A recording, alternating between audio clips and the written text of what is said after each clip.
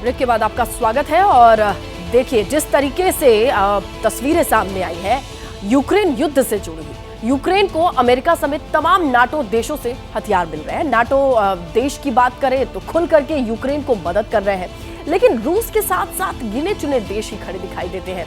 कुछ देशों को उसे हथियार देने की बात जरूर सामने आती है, लेकिन खुलकर उसे एक्सेप्ट नहीं किया जाता, इससे बचते हैं। इन्हीं में से एक देश है उत्तर कोरिया, जिसके राष्ट्राध्यक्ष किम जोंग उन है। पिछले कुछ महीनों की आप बात करें तो किम जोंग उन और व्लादिमीर पुतिन की नजदीकियां काफी बढ़ी हैं और अमेरिका ने कई बार आरोप भी लगाया कि किम जोंग उन ने हथियारों की बड़ी खेप रशिया को दी है। इन्हीं आरोपों के बीच जब इस बार कोरिया वॉर की याद में प्योंगयांग में विक्ट्री परेड हुई तो उसमें अमेरिका के दोनों दुश्मन देशों के नुमाइंदे किम जोंग उन के साथ खड़े नजर आते हैं और विनाशक हथियारों की प्रदर्शनी भी हो रही है।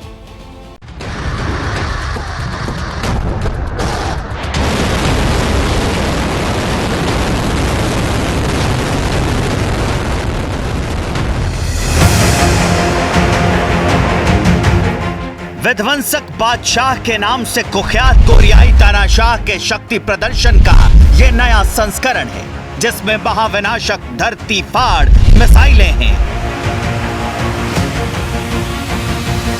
जिसमें त्रासदी के पर्याय कहे जाने वाले ड्रोन हैं, जिसमें वो तमाम हथियार हैं जो पल भर में महातबाही की खूनी कहानी लिख सकते हैं, जो किम जोंग उन की बारूदी ताकत की व्याख्या करती है।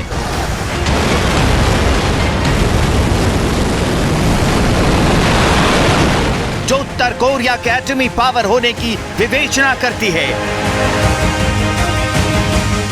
देख लीजिए, जब हजारों सैनिकों के बीच परेड ग्राउंड में परमाणु क्षमता से लैस मिसाइलों को ट्रक पर दौड़ाया जा रहा था, तब अपने सनक के लिए बदनाम बारूदी सुल्तान कैसे अभिमानित था।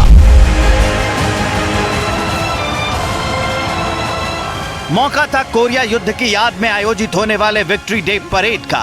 किम जोंग उन खुद परेड ग्राउंड में पहुंचा था। कोरिया का बादशाह पूरे लाव लश्कर के साथ पहुंचा था। एक तरफ उसके सैनिक मार्च कर रहे थे तो दूसरी तरफ ट्रकों पर लादी मिसाइलों से दुनिया को साक्षात्कार करवाया जा रहा था। कोरिया की परमाणु क्षमता से लैस अंतर महाद्वीपीय मिसाइल हवानसोंग 17 और हवानसोंग 18 को दिखाया गया। और कौन कौन से हथियार दिखाए किम ने, ये आपको बताएंगे, मगर उससे पहले जान लीजिए कि हवानसोंग 17 मतलब क्या है।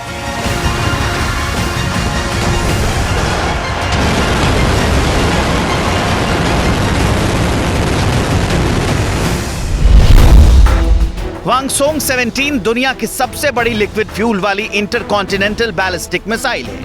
यह दुनिया में कहीं भी न्यूक्लियर हमला कर सकती है। इसका व्यास 2.4 से 2.5 मीटर बताया गया है।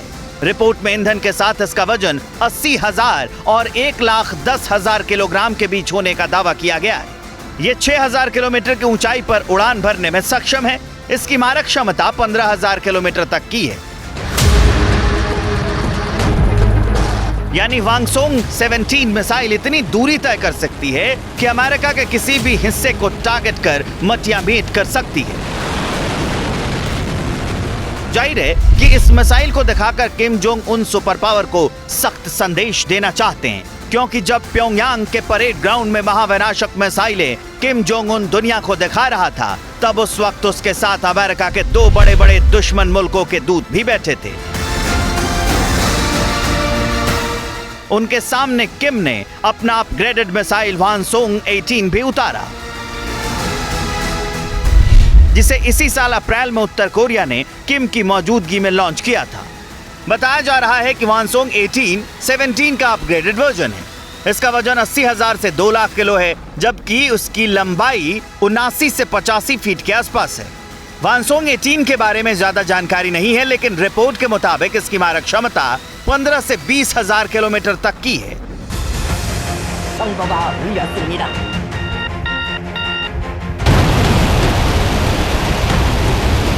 चंद सेकंड में तबाही की कहानी लिखने वाली सिर्फ ये एटमी मिसाइल ही नहीं दिखाई किम ने दुनिया को, बल्कि नया हमलावर और जासूसी ड्रोन का भी प्रदर्शन किया। जब मानव रहित निगरानी एयरक्राफ्ट और बहुउद्देशीय हमलावर ड्रोन सामने आया तो किम जोंग उन और वहां मौजूद लोगों की खुशी आसमानी हो गई। 당과 정부, 군부에서 오랜 기간 사업 노병 간부들이 주석단 특별석에 자리 잡아서 오랜 기간 यह सिर्फ शक्ति प्रदर्शन नहीं था, यह किम जोंग उन का उसके शत्रुओं के लिए सबसे बड़ा बारूदी संकेत था, क्योंकि बमबाज तानाशाह के सामने जब मिसाइलें, एयरक्राफ्ट, ड्रोन सरीखे हथियार दिखाए जा रहे थे, तब वहां प्रेसिडेंट पुतिन के दूत और रूस के रक्षा मंत्री वहां मौजूद थे। वहां पर चीन की सत्तारूढ़ पार्टी के अधिकारी और शी जिनपिंग के सबसे विश्वस्तों में से एक ली होंगझोंग भी मौजूद थे। कोरोना महामारी के बाद ये किसी विदेशी नेता की पहली उत्तर कोरिया यात्रा है। कोरियाई जानकारी से बड़े संकेत बता रहे हैं। 미국을 중심으로 한 민주주의 안보 동맹에 의해서 북중러가 압박을 받고 있다면은 북중러는 그에 대항해서 북중러 간의 군사 안보 동맹 블록화를 하고 있다는 것을 좀 더 이제 과시하고 알리기 위한 그런 측면이 하나가 있다고 보겠고. बताया जा रहा है कि परेड देखने के बाद किम जोंग उन और रूसी रक्षा मंत्री सर्गेई शोइगु द्विपक्षीय बातचीत की। उन्होंने बताया जा रहा है कि इस दौरान दोनों के बीच सैन्य मामलों पर बातचीत हुई, यूक्रेन वॉर का भी जिक्र हुआ और कोरियाई इलाके की मौजूदा स्थिति पर भी चर्चा हुई। शोइगु ने किम को रूसी राष्ट्रपति व्लादिमीर पुतिन का एक पत्र सौंपा। कोरियाई मीडिया के मुताबिक किम जोंग उन ने रूसी रक्षा मंत्री को अपने ड्रोन भी दिखाया। बताया जा रहा है कि उत्तर कोरिया ने अमेरिका के RQ-4 ग्लोबल हॉक और MQ-9 रीपर ड्रोन की नकल तैयार करने की कोशिश की है। शोइगु और किम के बीच हथियारों के लेन देन को लेकर क्या बातचीत हुई, इसके बारे में खुलासा नहीं हुआ, लेकिन उत्तर कोरिया के जानकार बता रहे हैं कि ये संयुक्त राष्ट्र के लिए फिक्र की बात है। 이제 우크라이나와 전쟁 중에 러시아가 여러 가지 어떤 장비, 군사 장비나 어떤 탄약 측면에서 부족하기 때문에 이미 앞서도 북한이 러시아에 제공해줬다고 하는 어떤 탄약이나 이런 거를 여기서 그치지 않고 더 다양한 무기, 그리고 러시아가 지금 필요할 수 있는 여러 가지 미사일 이런 것도 우리가 이미 많이 생산하고 있고 제공해 줄 수 있다는 일종의 그 수출 세일즈 측면도 하나가 있다고 합니다. आपको बता दें कि यूक्रेन युद्ध के बीच अमेरिका ने इल्जाम लगाया था कि रूस को उत्तर कोरिया से हथियार आ रहे हैं। बताया गया है कि किम ने मिसाइलें और ड्रोन भेजी थी। हालांकि प्योंगयांग और मॉस्को ने किसी भी हथियार के लेन देन से इनकार किया।